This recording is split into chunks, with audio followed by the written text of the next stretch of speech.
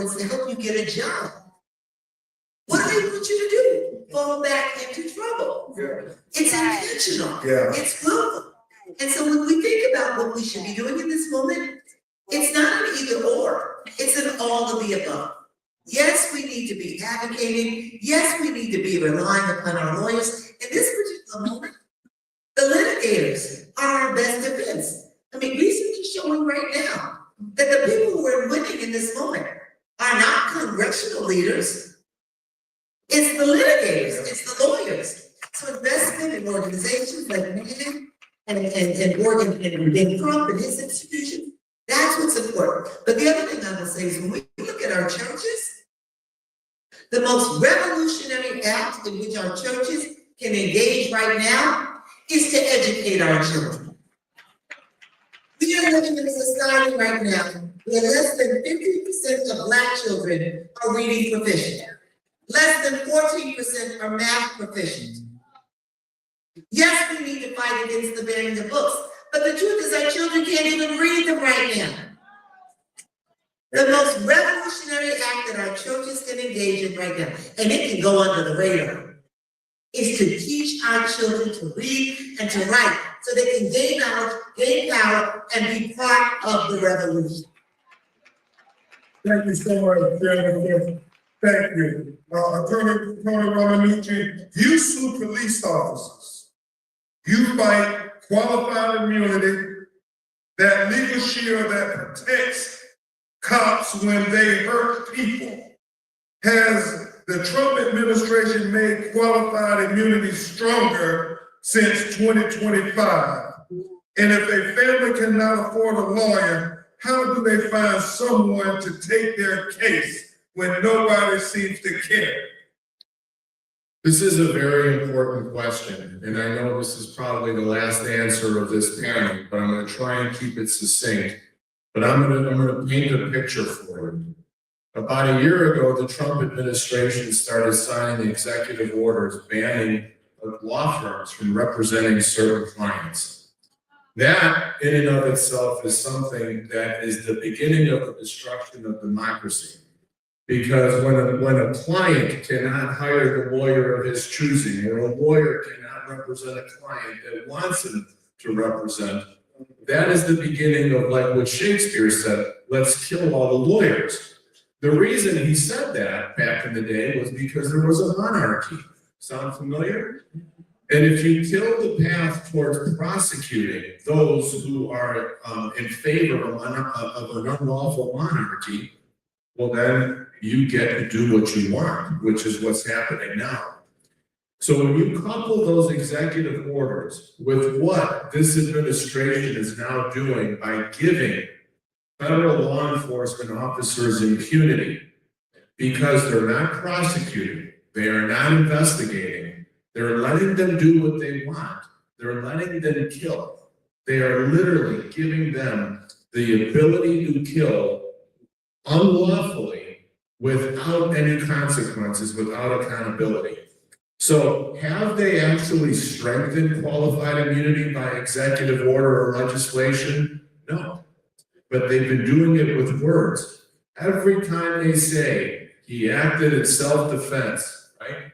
Because that's what you heard Christy Noem say over and over again. He acted in defense of his life and those of others, which, by the way, are just canned narrative words to create the cover story justifying the shooting, the killing itself. So just with those words, that's how they have strengthened qualified immunity, by giving officers the ability to unjustifiably use force and get away with it. That, my friends, is qualified immunity, undefined, but by definition, that's how it's strengthened. Sisters and brothers, I'll say this as we wrap up. We must remember what Justice Thurgood Marshall said. And he said this at the 200-year celebration of the American Constitution, Reverend Al. He said that we must remember that the basis of the American Constitution is simply this, that a Black baby born to a Black mother the most uneducated Black mother, the most inarticulate Black mother, the most impoverished Black mother has the same exact rights as a white baby born to a white mother, the most educated white mother, the most articulate white mother, the most affluent white mother, just by virtue of that baby drawing his first breath as an American citizen. Now, Justice Moore says, I know that's not the case in America today, but I challenge anybody to say that's not a goal worth fighting for. I challenge anybody to say that's not what makes America the beacon of hope and justice for the rest of the world. I challenge anybody to say that is not what makes America worth fighting for. So, sisters and brothers, what we have to do now more than ever, and I thank Reverend Al for leading the way, we have to make sure we fight to make the Constitution real for all Americans. Now more than ever, we got to make sure that the Constitution applies to Black Americans, white Americans, brown Americans, and red Americans. Let us make the Constitution real for all Americans. And with that, we say thank you for coming to the front line and helping us fight for the Constitution of the United States.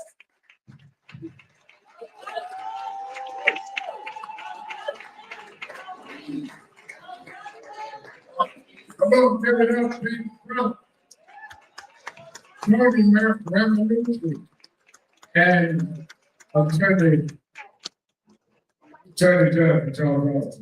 All right, let me redo the front, and we're going to have a very interesting discussion with a leading congressman who's been leading the fight around the Epstein files. See Monteague a lot, Congressman Roy Conner.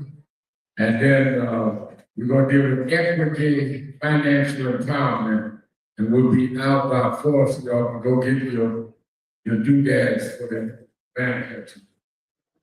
All right, let's set up.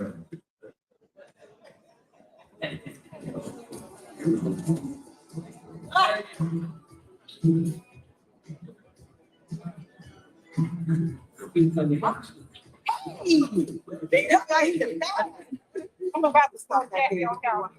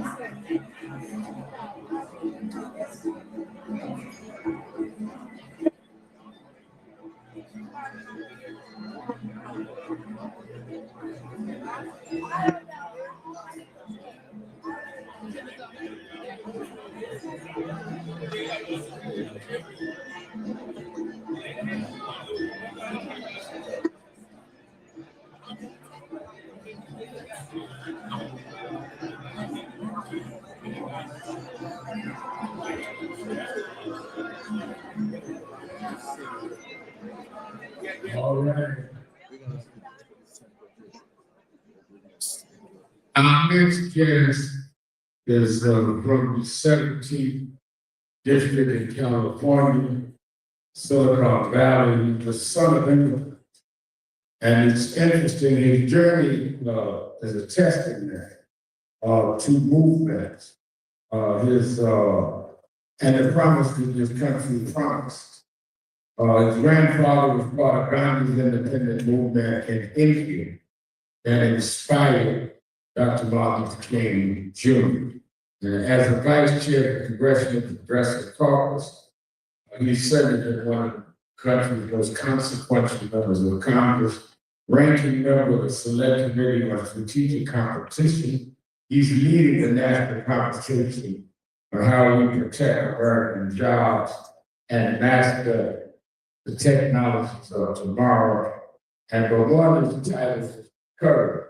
He has been front and center in bringing and forcing out the truth of the Epstein files and the Epstein scandal. And I'm happy he broke his schedule to come to New York and be with us today. Congressman Roy Kemp, California.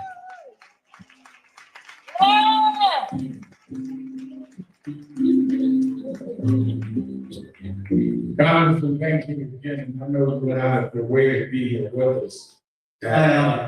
We have a few things that only you can talk about. But let me start with your being vice chair of the Congressional Black Caucus and ranking member on the Strategic Competition Committee and other issues in a minute.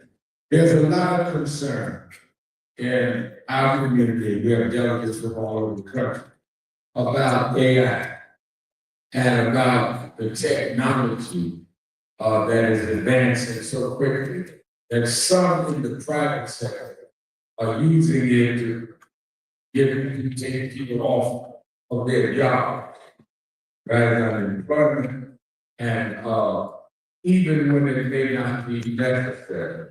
How do you see and what can you do and get other members of Congress to do in the UN committee that protects us from at the same time advancing technology? I'm going to go back to the Stone Age and other than President Trump, President.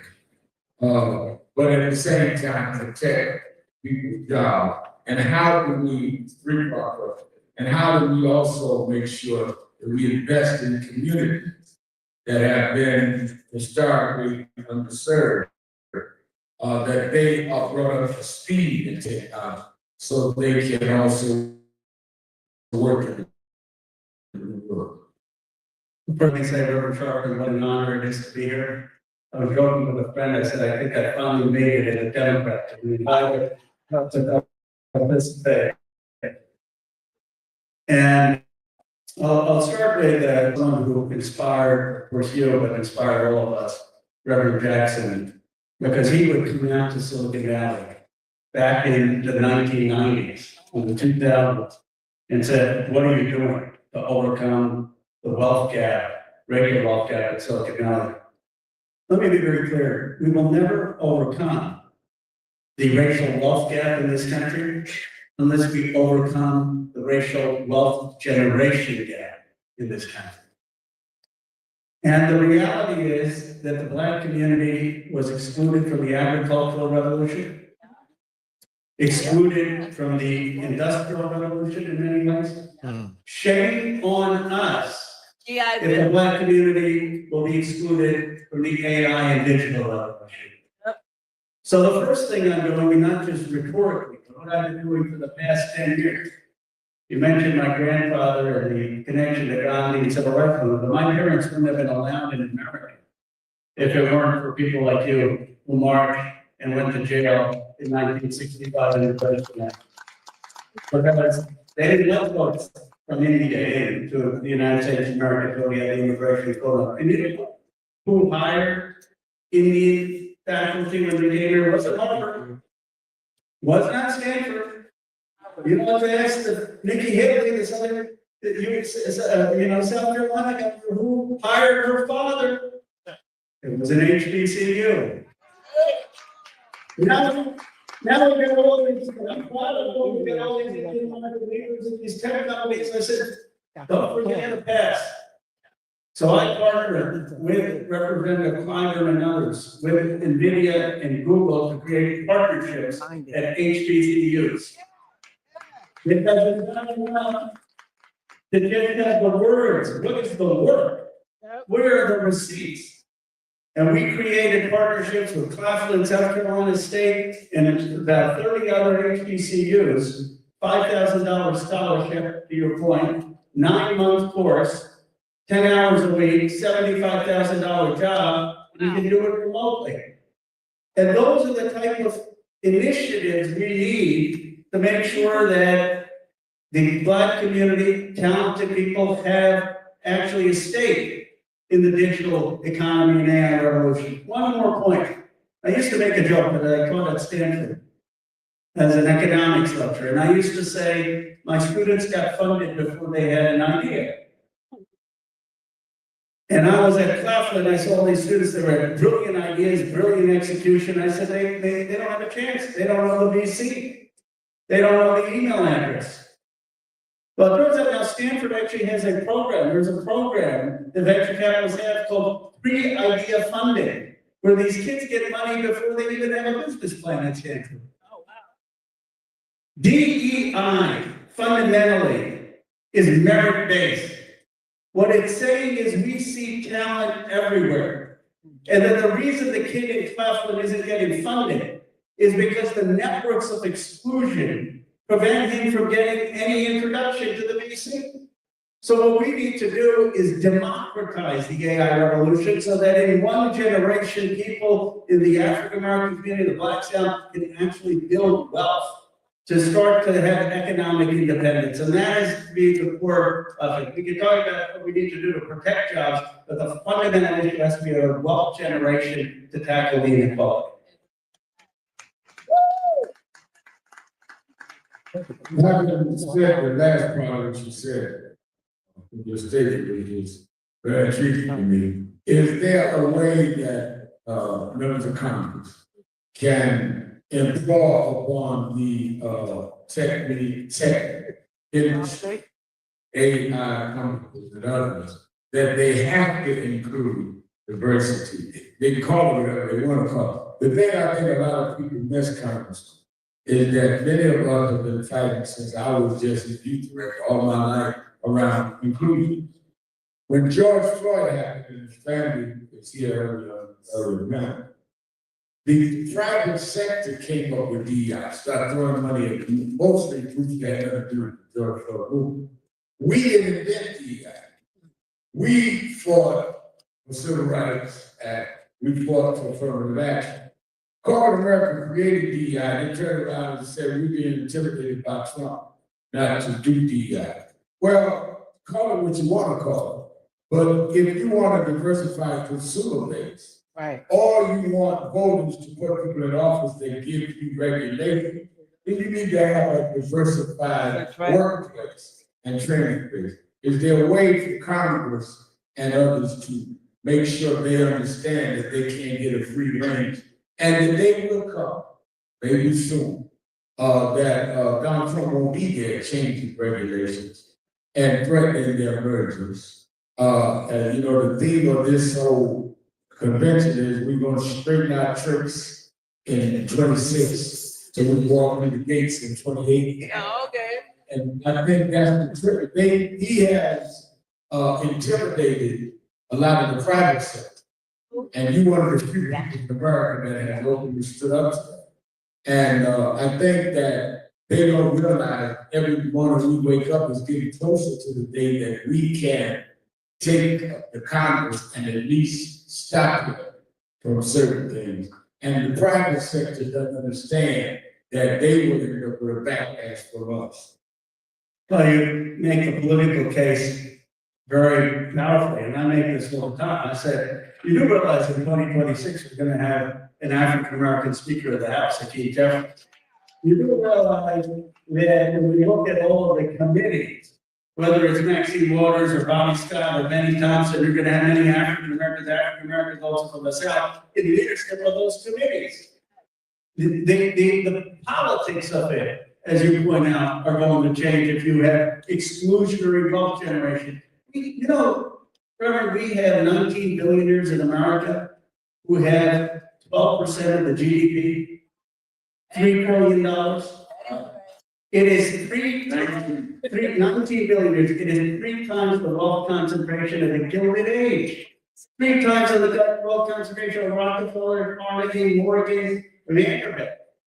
You can't have a nation with islands of prosperity and seas of stagnation and despair. It just does not work that way. So there's a political interest, but there is also an economic interest. We're competing with China. There are so many young, talented, passionate people who can contribute to the economy, who have ideas, who have ambition, who have hard work. They just lack the opportunity. They lack the exposure. So what we ought to be doing is having models, partnering with the HBCUs, but more broadly, with universities and tech institutes and these companies to say we are going to have these courses that will credential people to get these high-paying jobs. We're going to give them capital if they want to start a small business. And we're going to work with HBCUs, community colleges, public universities across the country to scale what we've been doing ad hoc with a few of these universities. We should have a goal, 100,000 people in a year in high-tech jobs across this country, 100,000 Black Americans doing it. There's no reason we can't do it. No one has had the leadership and the initiative to do it. We don't have to say that years of America has been good for you. You can do good for America. We can tax them a couple percent so people have health care and child care and education in this country. And you have the courage to run on single care health care for everyone, national health insurance. Back in 2004, when you ran for president, I remember, I was a young man watching.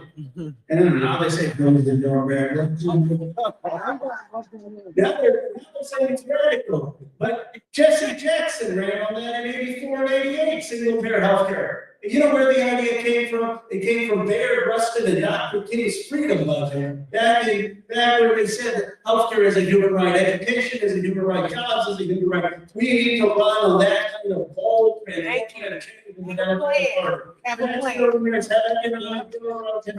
jobs across this country. That is not radical. That comes from the civil rights tradition. It comes from A. Philip Randolph. It comes from Bayard Rustin. It comes from Dr. King. It comes from Reverend Jackson. It comes from you, Reverend Charles. Thank you. And that is the vision that we need for the Democratic Party.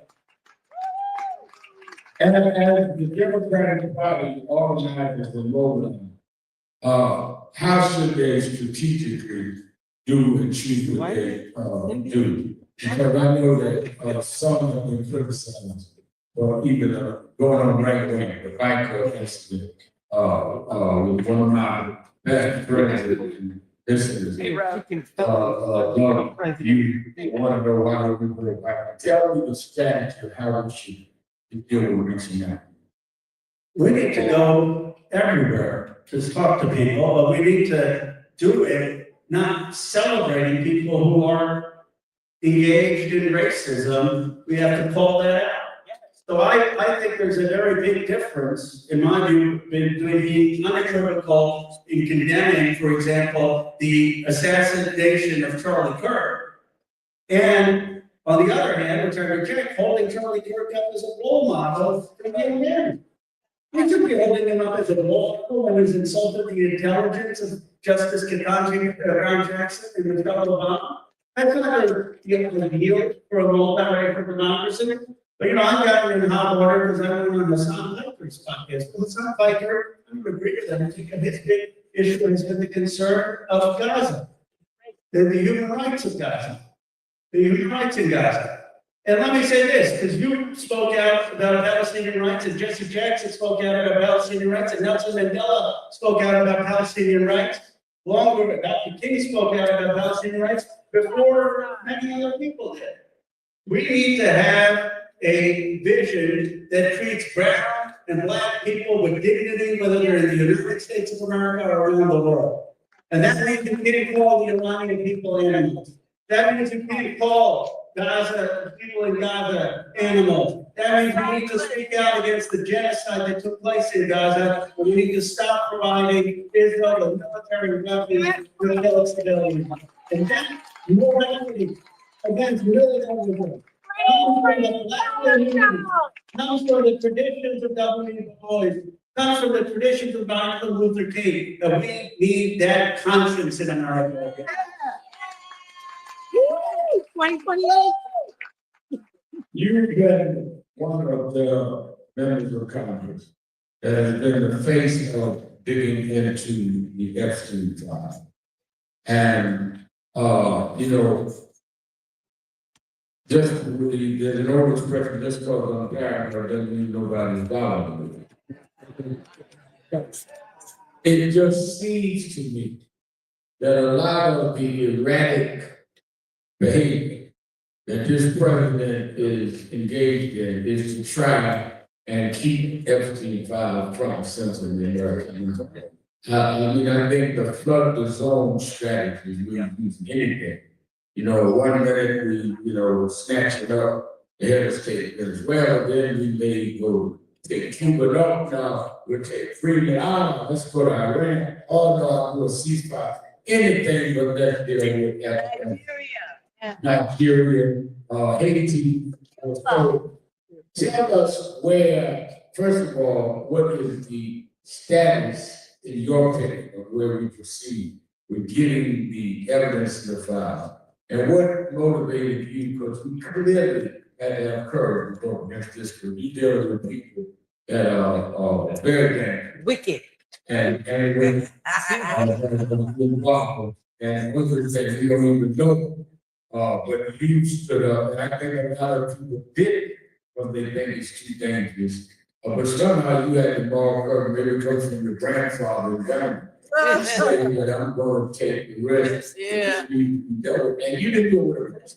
Just keep doing it. Doing it, yeah. And explain to me where we are and where that kind of fire comes into you to keep going, because I don't know whether these victims, there are a lot of victims here that we fought for down for years. And I know what it means to victims to have somebody to stay with them even when the camera is gone. Yep. You've been that with I appreciate you saying that, Robert. I'm far from perfect, but I take my inspiration from people like you and my grandfather. When I think of the challenges we face, I said they pale in comparison to what my grandfather faced. Yeah, well. You know, he was in jail in the 1930s under British colonialism. He went to jail in the 1940s. There are a lot of people who weren't in civil rights who went to jail. And you're telling me we're gonna let Donald Trump destroy democracy? Where is our fight? Right. Where is our contribution to the freedom of thought? Where is our sacrifice? In other words, that a little bit amused when the British press ran a headline, British monarchy jailed grandfather, grandfather's son in Congress may bring down British monarchy with the Epstein files. But the point is that when we fight, when we put on coalitions, we can force Donald Trump to fire his own attorney general. We don't have to be helpless. We don't have to be flailing around and saying we can't make a difference. So my fight comes from my grandfather. I believe my generation has been given the greatest inheritance of any generation ever. Say We have that. not had to fight colonialism in that way. We have not had to fight slavery Right. in that way. We have not had to fight Jim Crow in the way your generation did.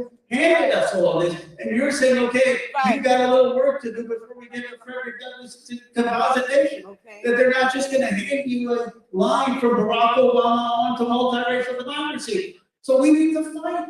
Yeah. We need to fight for it. With the legacy that we've been handed. And the other, during this Epstein class, This group of people, rich and powerful, who think the law doesn't apply to them, who think that they can rape young girls, and by the way, Reverend, they targeted working class girls. And they targeted girls without fathers. And they targeted girls who were, the girls who were had immigrant parents.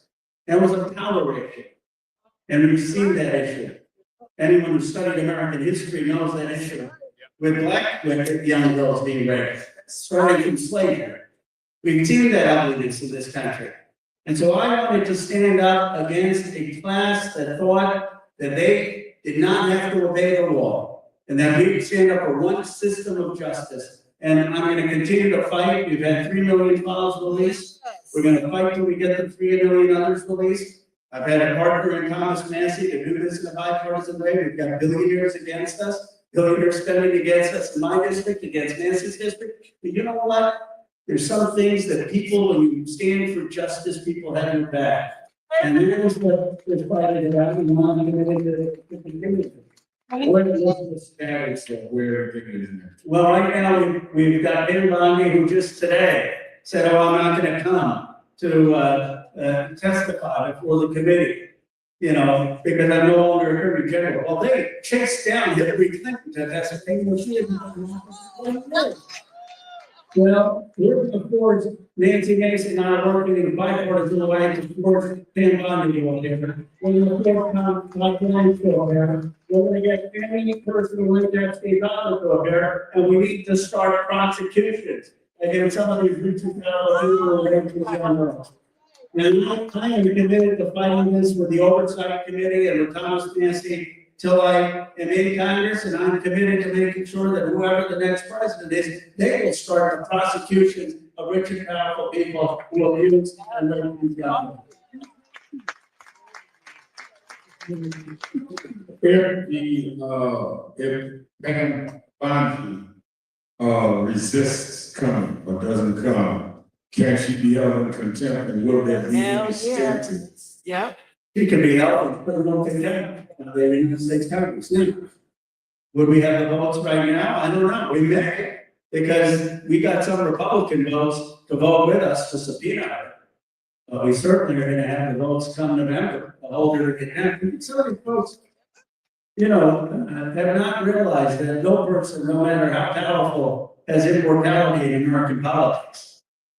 And I'm not prophetic, but I know that Donald Trump's end is coming. It's the beginning of the end. And there are some of the people that we've already seen. So he's gonna be a lame duck, doesn't go into what he says. And they're already ducking for time.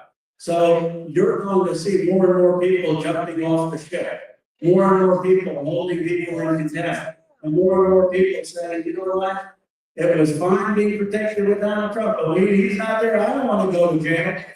I don't want to get myself in trouble and destroy my life. By the way, that we end the Donald Trump era, we need healing, and of course we need a forward vision, but we also need accountability. The crimes we committed and the people who committed all.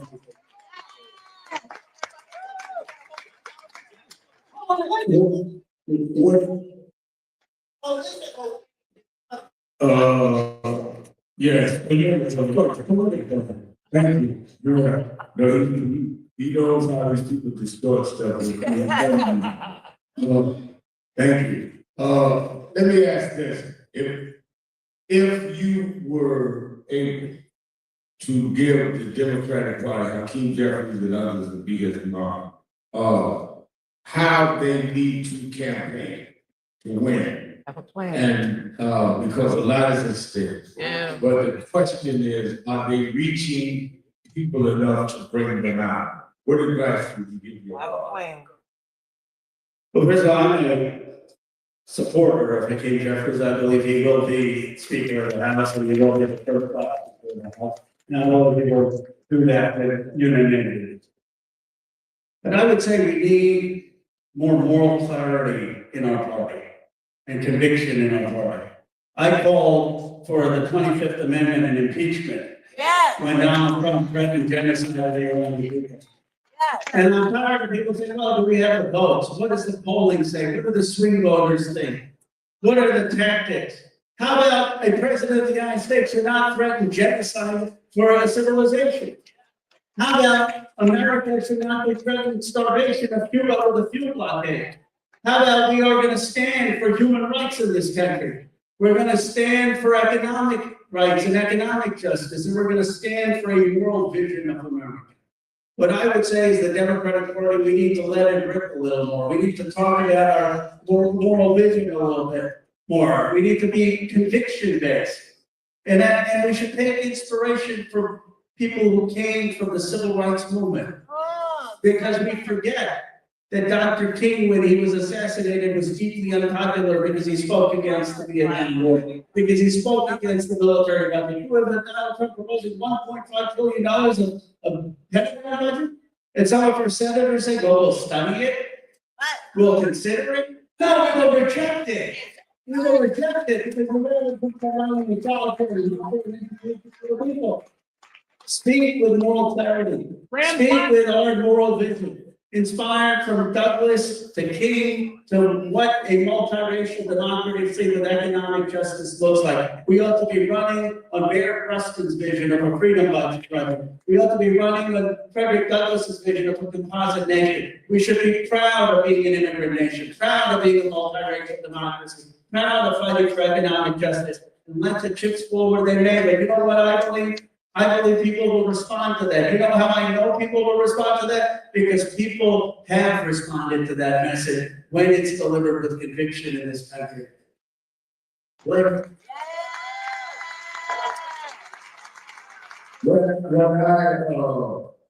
got the info that you would come, one of the things that I think that is going to be necessary is for the quote progressives work along in coalition with the civil rights and everybody else.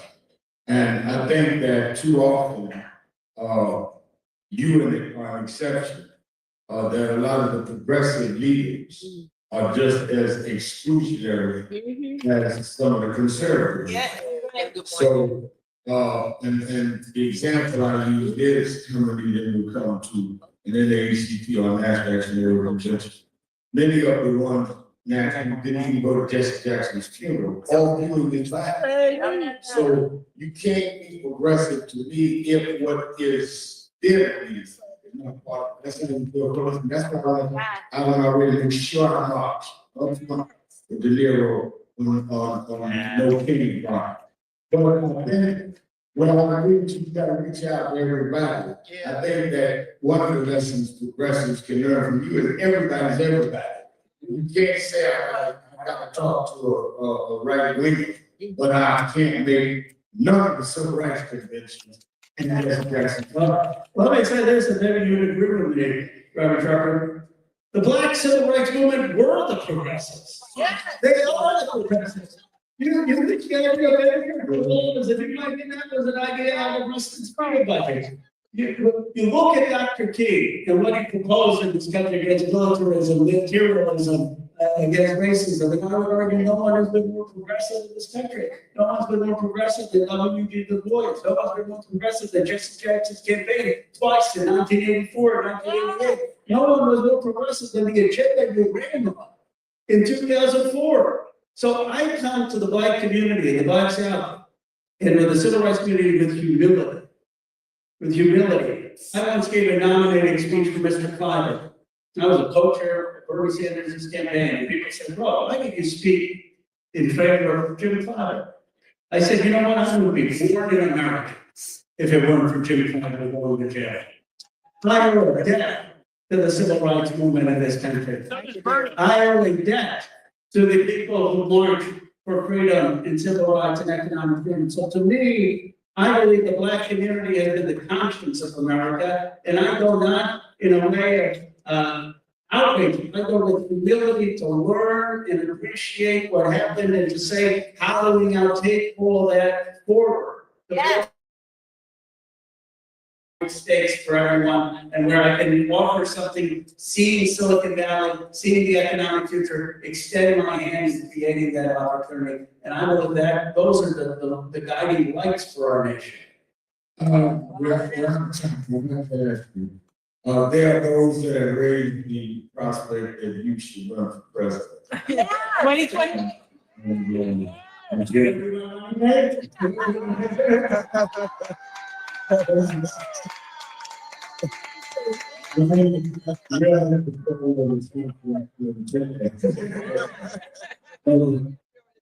mean, first of all, what do you consider and what are you looking at? Well, first of all, and I'm not saying this to avoid, I'll give you a direct question, but our first focus has to be to make Hakeem Jeffries Speaker of the House. Because you can rest assured, Mike Johnson is not going to be swearing in any Democratic president in 2029. So we need the House of Representatives to stop Trump's corruption and to make sure we have any shot in 2028. But look, I believe I offer two things for why I will consider to America. One is I represent the economic future, and I have a clear roadmap of how we're going to make sure every part of this country has an economic stake in the future. Whether that is workers having equity, whether it is the Black South being part of the AI revolution, whether it is making sure that families actually have economic independence with healthcare and childcare. I have a comprehensive economic vision. And I believe that people need an economic vision. And secondly, I fundamentally believe, because of my grandfather, that we need to move beyond the colonial model of the world, that we have this incredible moment because of people like you, Reverend Sharp, in my generation. We have this moment to finally see what Frederick Douglass prophesied in 1869 in the Composite Nation. You know, Douglass, 20 years after being enslaved, he didn't speak out for just Black Americans. He said Chinese Americans. Chinese have the right to come to America. Because in the free air of America, the best traditions will survive and the worst will be discarded. And America will become a composite nation, a nation of all nations, a nation of people of all backgrounds. I see that in the energy in our nation with young people. And I believe a multiracial America will finally be just not only here, but just around the world. And that calling of understanding the economy and wanting to see a close and multiracial democracy says, maybe I have something to offer and contribute with humility to our nation at this moment.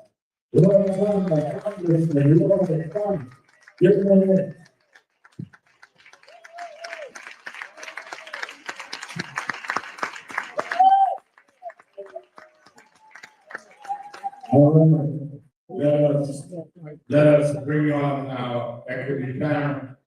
And we're getting ready for them. You don't want this as black belt and equity.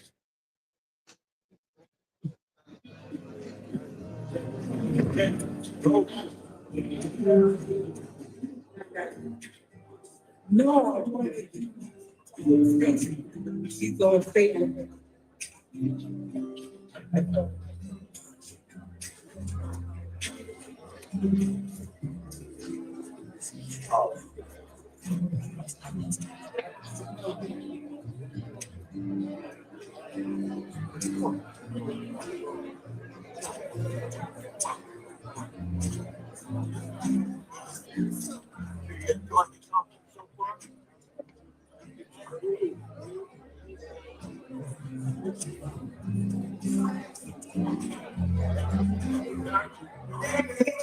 Now look at our land, look at what's going on in Minnesota. Yeah, but I was raised by them to realize that at the start, if we do the right thing in the start, if we organize, if we register, if we do what we're supposed to do, there's always a rainbow coming out. The rainbow will show up to the storm is over. The rainbow will come out in November. The rainbow will come out in 28. We will fix these streets in 26 and march through the gates in 28. We didn't come this far to take the land. We won't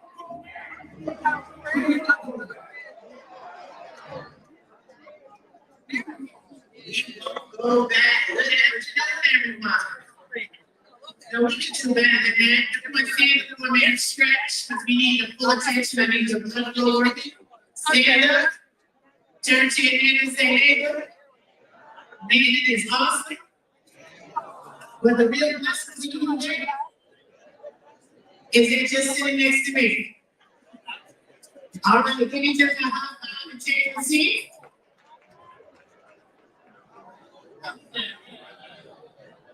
Yeah.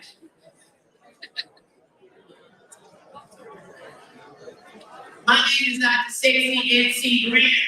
I'm the International President and CEO of Center by Data Sorority Incorporated and the chairwoman of the Divine Nine Council of Presidents and founder of the Think TV Network. I'm Jamaican, I have a lot of jobs. But I'm excited to be here with you today on an equity blueprint, a new strategy for home ownership and wealth.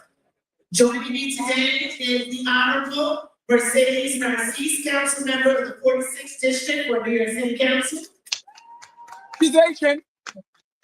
Reverend Dr. Adolphus C. Lacey, Pastor of Bethany Baptist Church in Brooklyn.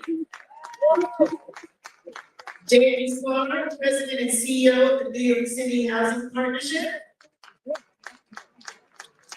Unity and Brady, VP of Customer Growth Segments, lead at Wells Fargo Home Lending. And Ashton Thomas III, President of the National Association of Real Estate Brokers, affectionately known as NAREB. Let's get all of our panelists. So, don't sound like your hands getting tired.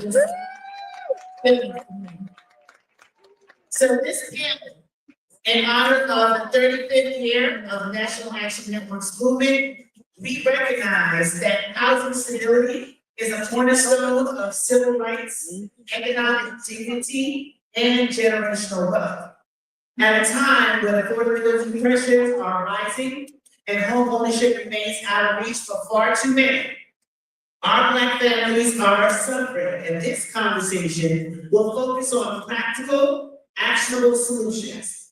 We're bringing together leaders from public policy, faith, housing development, finance, and real estate to explore strategies that expand access, protect ownership, preserve family, and create stronger pathways to home ownership and long-term economic stability. Can we give a round of applause to Reverend Sharpton for keeping this work alive for 35 years? So let's just dive right in. I'm going to start with three of our panelists on this question. Councilmember Narcisse, Ashton Thomas, and J.D. Smart. We're in a national housing affordability crisis that is pricing people out of their own neighborhoods. New York City is facing a crisis where hundreds of thousands of Black New Yorkers have left the city.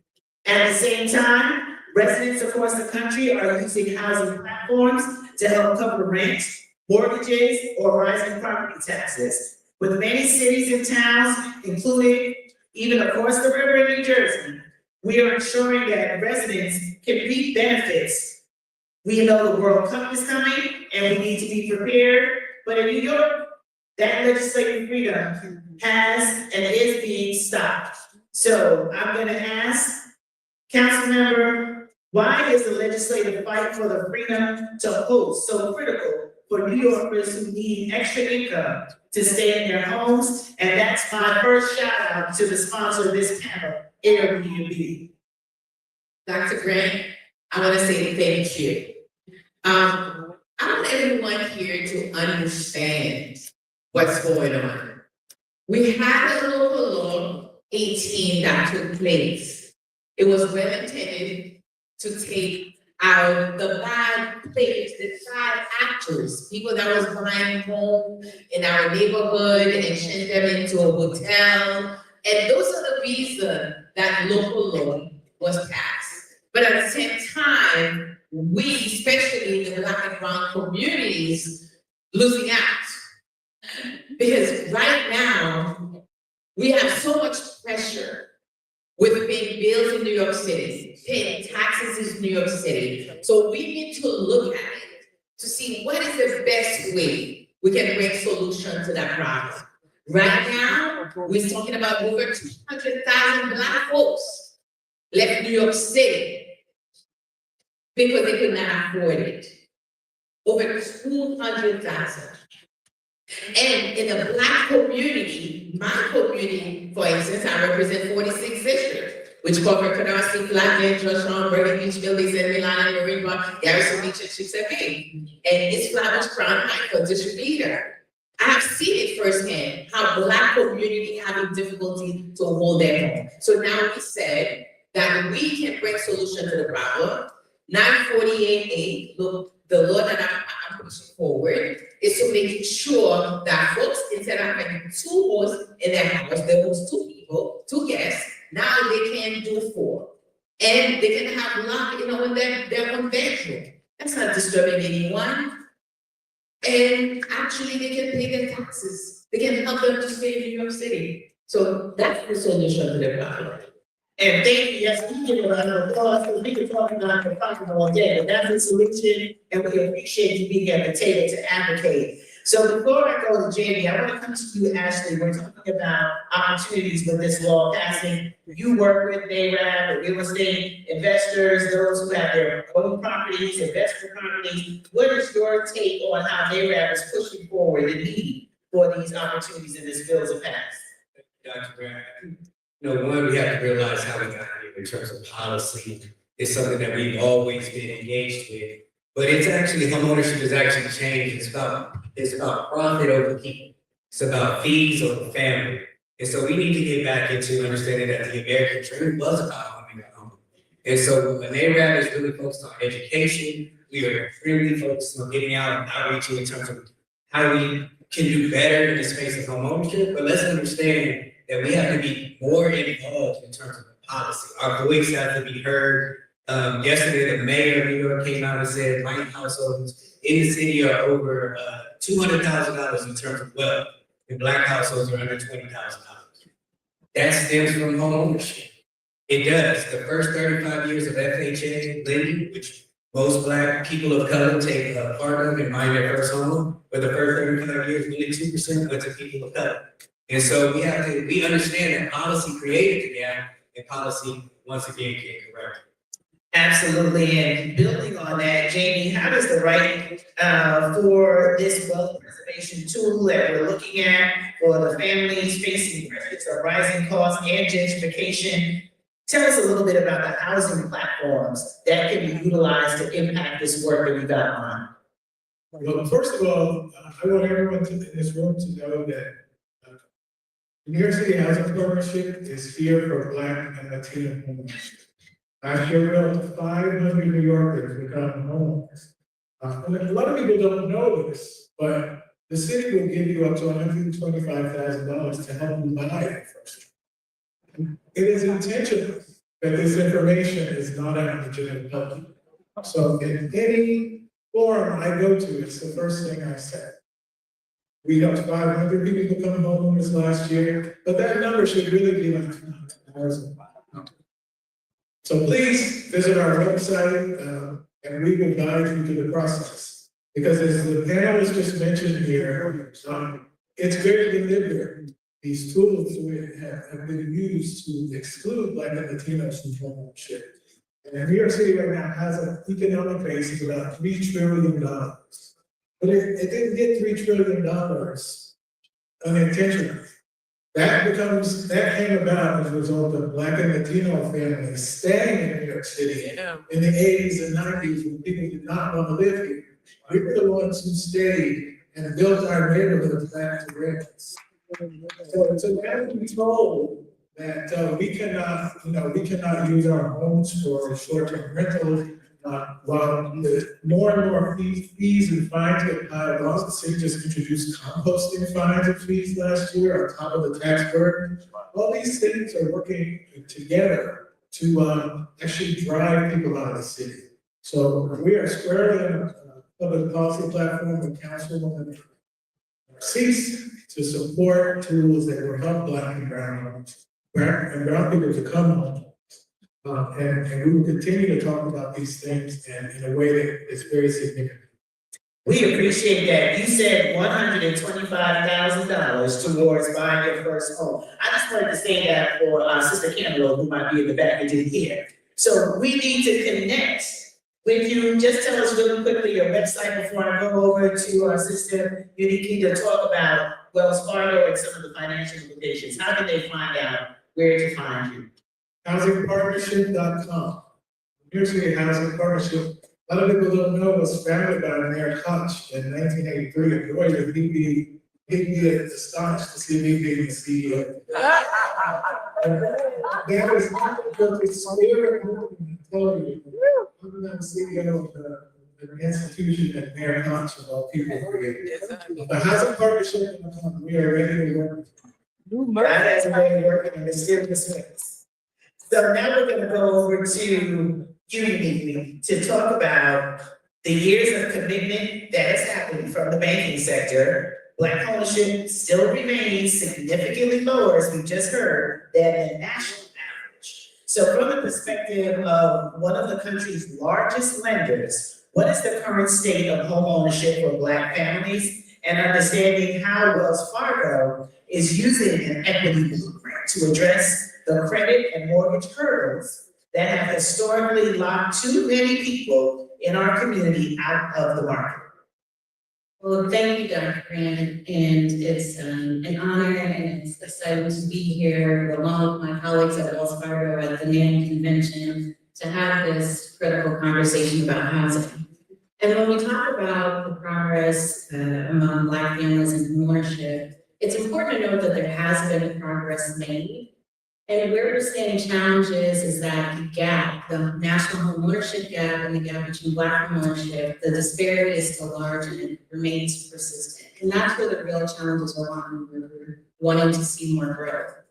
And part of that comes from the longstanding challenges, the barriers to homeownership that we've seen. This is the wealth and income gaps, inventory shortages, limited access to affordable housing, rising interest rate costs that we've seen kind of ebb and flow over the years. And these are really situations that are outside of any one entity's span of control, but it's a space that Wells Fargo is focused on being active in ways that we can present solutions and a path forward. And so one thing that we have seen when there's a strong demand and readiness when it comes to Black families and homeownership, and if you look at what the industry and the GSEs qualify as readiness, that's having the credit and the income to qualify for a mortgage. And that demand is strong and it's prevalent among Black borrowers. What we're finding, however, is that barriers to homeownership are coming on earlier in the journey and the process to step into mortgage production and taking on a mortgage product or to go into homeownership. And so these are credit challenges, bringing cash to close and having access to down payment assistance. And our focus is to meet customers where they're at, providing opportunities for education and building pathways and having a trajectory for sustainable homeownership. It's not enough for us for Black families to get into a home. We want to make sure that we're creating sustainable long-term success in homeownership so that you have that asset to pass down for generational wealth. Absolutely. And Dr. Lacey, coming to you, we have major financial and business platforms that are represented here, but history shows that resources do not move without intentional advocacy. And you're a member of National Action Network, and we know that NAN specific implementation and organizing and policy helps to make sure we keep these corporate entities accountable. What and why can we not simply wait for the market to fix itself without pressure from NAN and the work that we're doing around this housing crisis? Thank you, Dr. Grant. And so I can start with Frederick Douglass. There is no progress if there is no protest. And so we have to be able to continue to advocate and then we educate.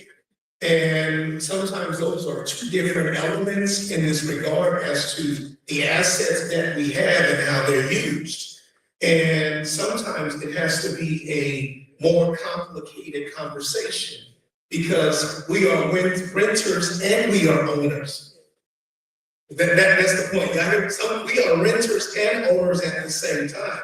And how do we find a just system that is fair for a renter and fair for an owner? And so you do so by trying to create a context for us to have a dialogue about what we're doing, and particularly showing what we have done in our best practices. And I currently serve as the co-chair of East Brooklyn Congregations with Metro IAF, and we have now contributed to $1 billion in equity with the Nehemiah houses in East New York. So again, it's the best practices, and our process that we're currently using right now is called public land for public good.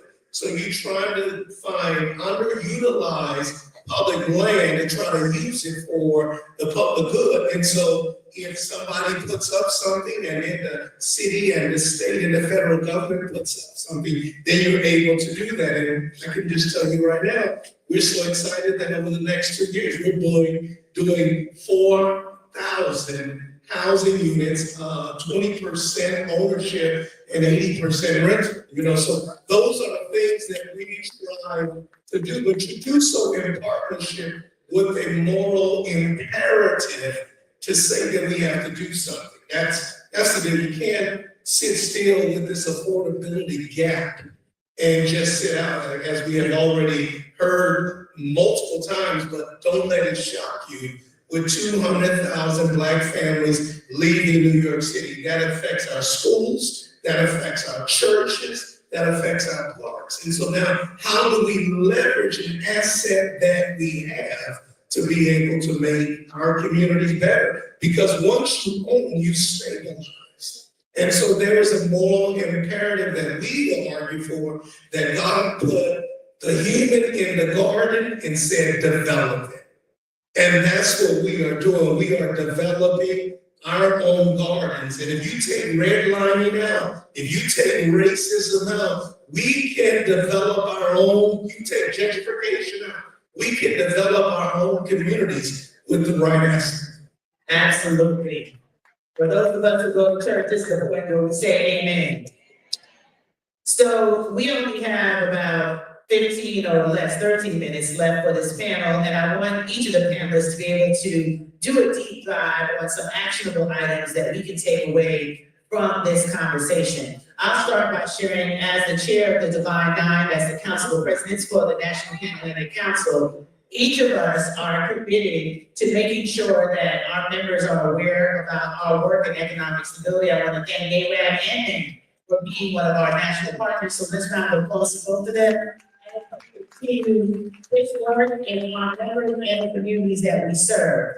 But we have debt theft, we have stolen property issues. The list is so long about how to protect our properties from legacies, wills, and trusts, understanding what that looks like. And this is just the start of the conversation. I want each of our panelists to give us a 2-minute, one, contact for follow-up information so you can take action and when you go back to your community. And then 2, what the vision is. I believe you have to speak it before you see it.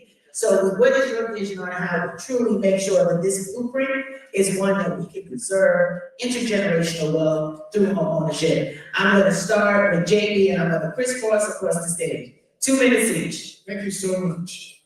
One of the things that we focus on, and I think this is a really big thing that people need to realize, that the economy is rapidly changing and restructuring itself. For example, we see individuals seeking to become homeowners. They don't have W-2s anymore. Because those jobs, those W-2 jobs are gone. They don't have salaries, they're gig workers. So the economy has restructured itself. We have people earning nice incomes, $85,000, $100,000, who are earning it from DoorDash, any of these things that won't give you salary.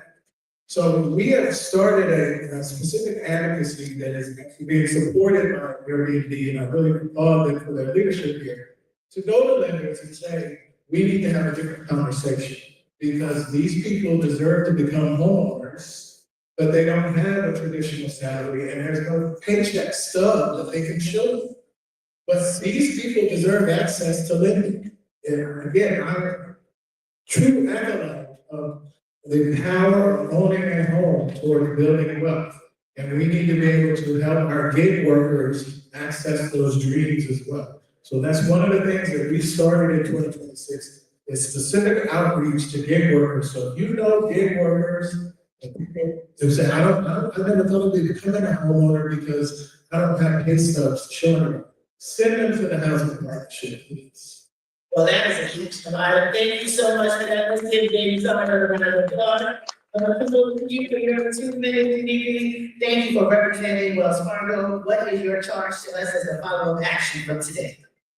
So at Wells Fargo, we're focused not only on our products and programs, but also aligning with our national partners as well to address the friction points that we've all kind of spoke of earlier today.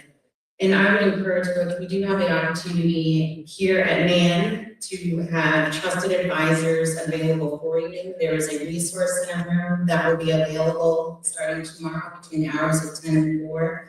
This is an opportunity to engage in one-on-one conversations. Within the room, we brought together our partners in collaborative effort to provide housing and credit counseling on site, the opportunity to talk to loan officers firsthand about the homeownership journey, to understand from real estate professionals with our partners at neighborhood what properties are available across the country. These aren't just for folks who are here in New York City, but an opportunity if you're in other municipalities across the country to have those connection points.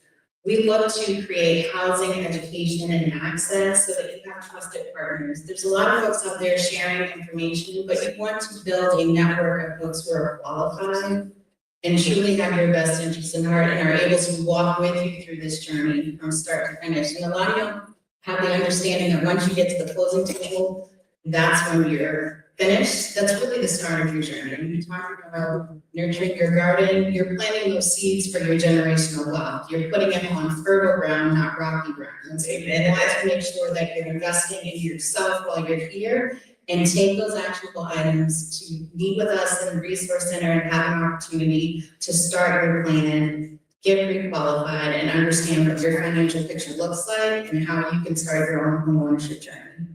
Awesome. Can we give a round of applause? Can we get ready for Wells Fargo? And we're gonna come over to our Councilwoman Narcisse. What is your final charge in 2 minutes or less? First, Dr. Grant, I want to say thank you. I want to say thank you to Reverend Ash Captain for having this opportunity for us to have a real conversation. Now, to all of you, I see Dr. Cody from my district. I see the folks that I realized that I see here, and I'm so happy that you're all here. But the question is, do you believe that Black and brown people deserve to stay in New York City and own their home? Yeah. Do you believe that we need to create opportunity for them? Do you believe that they need to leave their home for their kids for generation to generation? Yeah. Do you believe that we're part of the structure of New York City? And you heard it from my colleagues, when everybody was leaving the city of New York, but a lot of Black and brown folks stayed to build it up. So do we deserve our fair share? Yeah. All right, so now it's quite difficult for us to do that because the bills is going higher and higher. We cannot pay the taxes. Like I said, my district, we lost over 268 to be exact of houses that we lost or more. We have a problem in our hands. We passed a bill where we said that local law 18 gonna solve all the problem.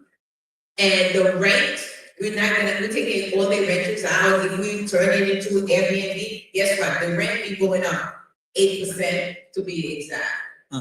So having that opportunity to keep your home is giving back to the city because you will be able to pay your taxes. That's what the local law 18 had done, and now we're trying to correct it with 948A. When you hear, it's not an Airbnb bill, it is a homeowner opportunity bill. For us to stay in New York City to be able to do that. And two things I'm gonna say. What it does, instead of having 2 guests, you can have 4. Now you can, no, 3 things to be exact. Now you can lock a room or a closet. I'm asking for the room to save your property if you leave your guests in your home. 3, you leave the city, you can go take care of your family if you have an emergency. This is not a lot, so I'm asking all of you. When you hear about when the narratives are coming, saying, no, you're gonna take, tenant, out of your building and all that, that's not true. To just say that people that work so hard, 3 or 4 jobs to have a home, deserve to keep their home. And we're gonna give them the opportunity to host. That's all it is, nothing more. So now, when you hear about it, I want you to call your council members. All the council, every one of you have a council member if you live in New York City. Find out, if you don't know, you can reach out to me. 718-241-9330. I'll be the source for you. We're gonna fight to win this, and we're not gonna let big folks, other folks, hotel folks, stop us from having our opportunity. That's all I'm saying. When you hear the call, holla at me. So let's get it passed. Because we're doing it. All right. Thank you, council. Let's give Councilman Mercedes Marquez another round of applause. We're rounding out. Reverend Dr. Alfonso C. Lacy, what's your charge in 9 seconds? My charge in 5 seconds is, again, we always hear these phrase, thoughts and prayers, and I'm thinking of Psalm 121, 5 and 6. The Lord is your keeper, the Lord is your shade upon your right hand, the sun shall not strike you by day, nor the moon by night, and you think about the aspect of covering, but then it's just too simple to make so esoteric.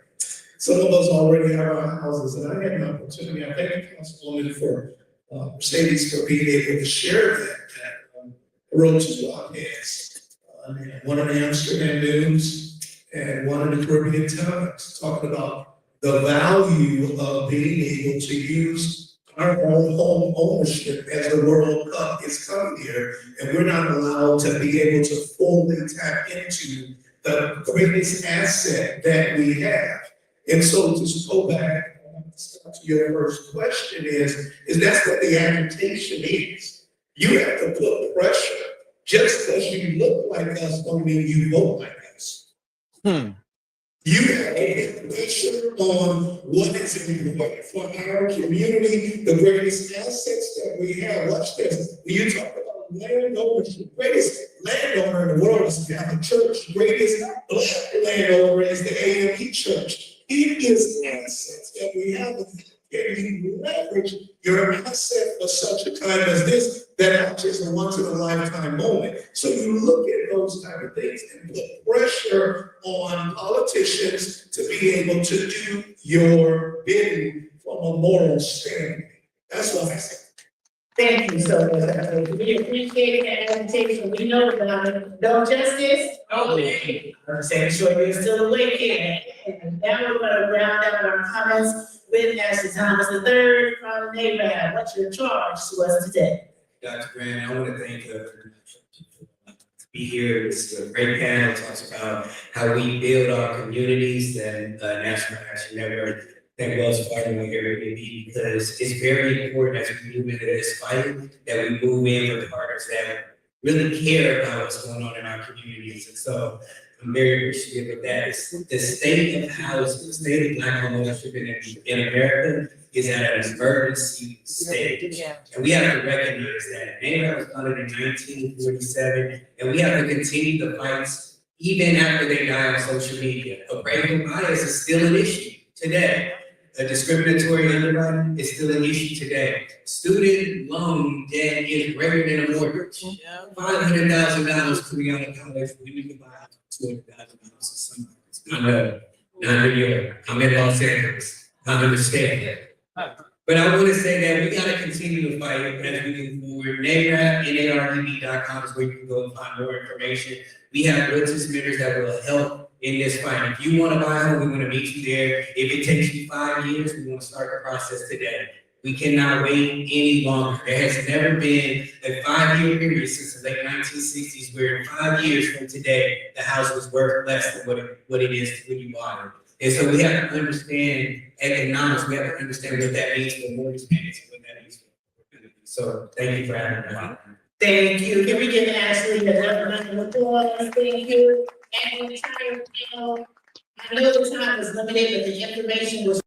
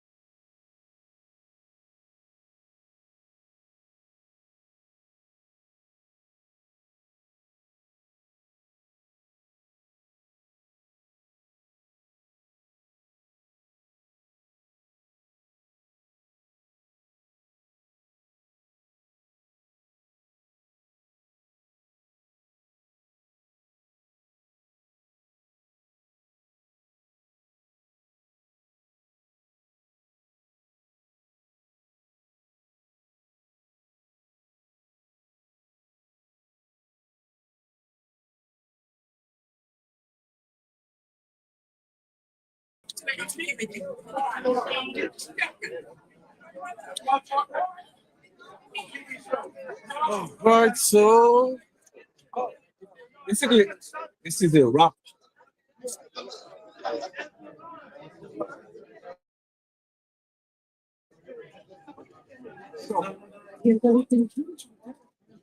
So basically, this is a wrap. Look at the second, go to the second floor.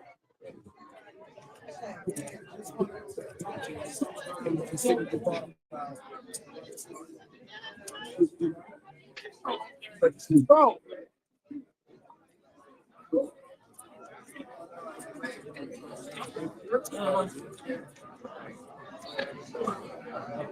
All right.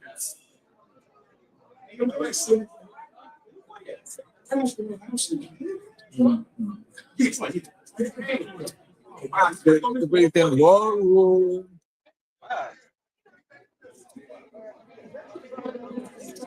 Okay.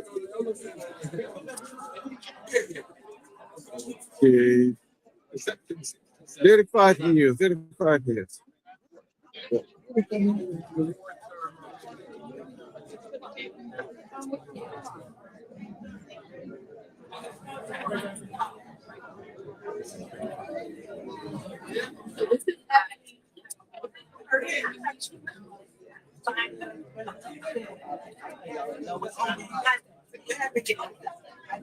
Cheers.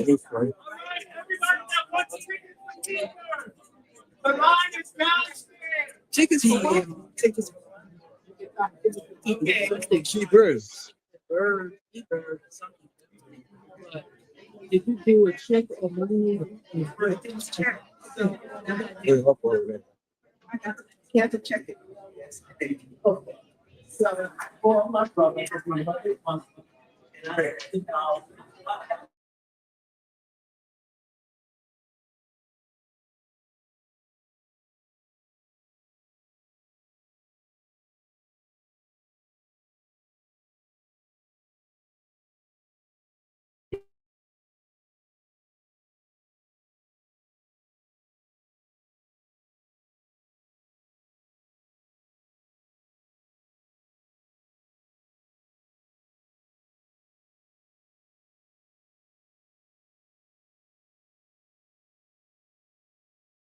Can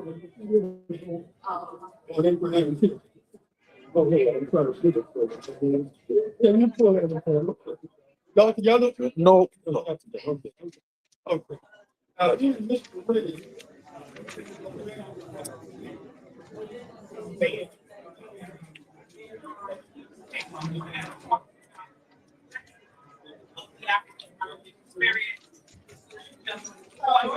Everything. This.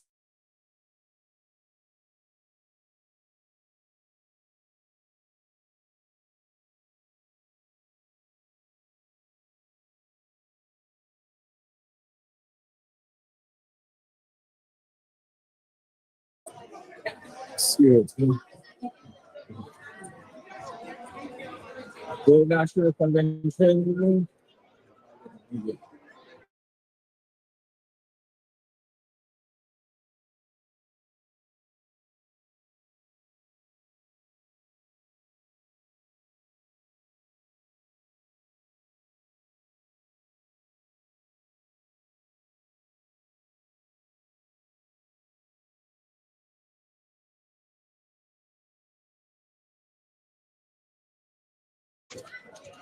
Okay, so basically, skip the line.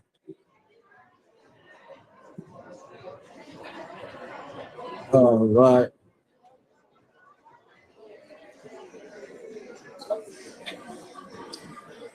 Basically, that for the registration and other stuff.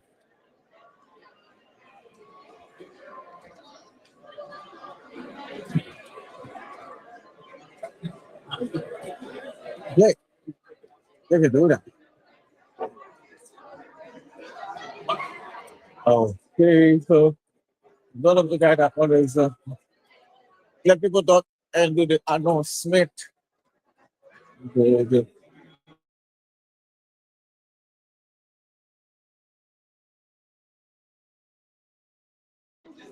So, excuse me. That's a lot for the day.